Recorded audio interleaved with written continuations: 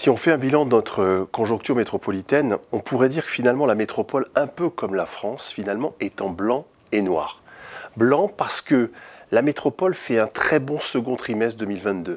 Avec notamment, si je prends une activité, si je zoome sur le café, hôtel, restaurant, ils ont fait un très bon été, les trésoreries se sont reconstituées. Toujours si je regarde ce deuxième trimestre pour dire qu'il est blanc, l'emploi est bon et les patrons ont confiance dans la métropole.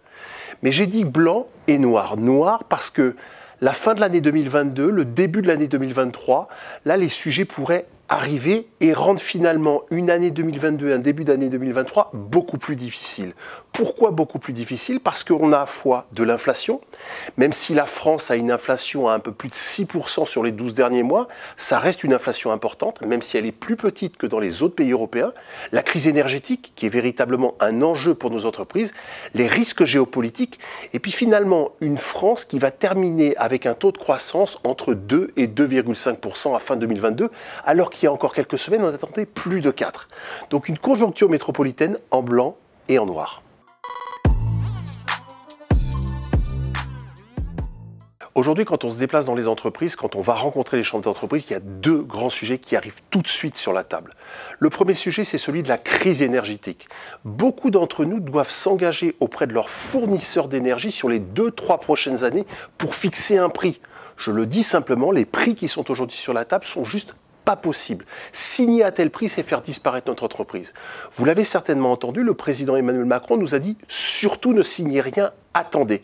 Je comprends, puisque sur le au niveau européen, il veut faire baisser le prix de l'électricité. Mais il y a un enjeu de timing. Nous devons répondre à nos fournisseurs énergétiques et s'engager sur les 2-3 prochaines années. Il faut absolument que le président agisse. La deuxième chose qu'on entend quand on discute avec les chefs d'entreprise, c'est cette fameuse négociation annuelle obligatoire. C'est-à-dire l'obligation que nous avons dans nos entreprises de discuter des salaires. Je comprends parfaitement qu'il faille discuter des salaires puisque nous vivons dans un rythme d'inflation et l'inflation est toujours présente. Sauf que, disons-le clairement, des entreprises pourront payer et d'autres ne pourront pas payer.